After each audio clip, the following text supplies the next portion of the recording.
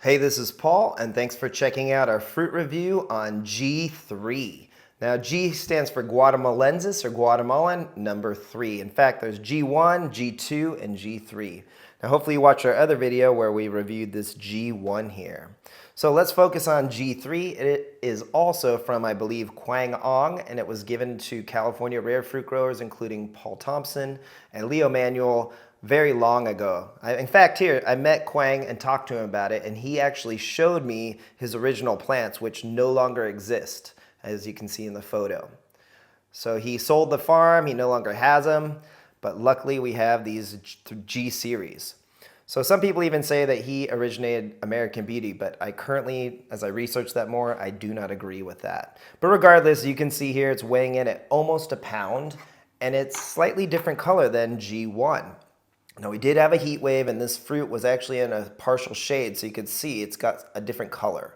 So depending on how much sunlight it hits the fruit, it can affect the color here. But I believe based off of all the indicators that this fruit is ripe. And look at that beauty. So really delicious fruit. It may actually look a little bit lighter in color than G1, but also I did pick this one a little sooner. You can see the skin's a little thicker than the G1. So regardless, I'm sure it's going to be a delicious fruit, and let's see how sweet it is. So let's test a sample of this fruit. Now these tend to be my favorite varieties. They will Brix anywhere around 15 to into the 20s, low 20s. The sweetest one I've ever had was Leo's eBay Self-Fertile, and that Brixed at 21.1, I believe. But they probably can even get sweeter. So you could see 17 and 1/10, which is a very respectable score, and that means it's probably going to be really sweet with a nice balance of acidity. So let's go for it. These Guatemalensis tend to be my favorite varieties to eat. Oh, wow. Absolutely delicious. I was a little worried with the heat wave that the texture would be a little mushy. And I think I detect some a little bit at the bottom here, which I don't like. So it does look like G1 will break down a little bit, but it's very, very minimal. Yeah, I can taste the difference. So that's interesting. Some of the varieties, usually it's undatus traits where the fruit will break down in a heat wave, depending on the time that it's ripening and how much sunlight and UV hits it. But this one's a little broken down. And it's interesting, it's only on that one side in here. I don't know if you could see it in the camera, but it's definitely more mushy and gelatinous. And that's really my least favorite quality.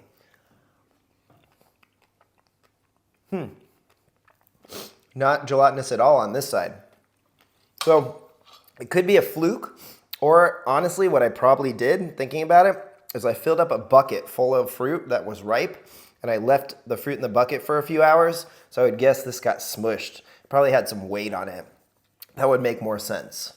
But either way, it's slightly damaged on the outer here. Hopefully you could see that, versus this one that's not. So I don't think that's heat temperature breakdown. That is definitely just, it got smushed. So as you can see, treat your dragon fruit right. Don't smush them, otherwise it affects the flavor. Or I should say the texture. Flavors are delicious. This is easily one of the most memorable fruit I've enjoyed this season.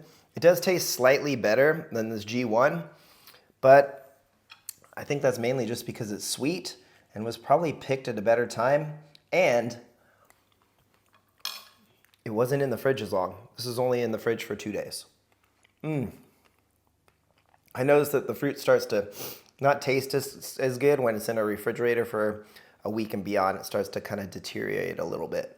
Now, if the fridge was a little warmer, it wouldn't happen. But since our refrigerators are a little too cold for dragon fruit, they start to break down.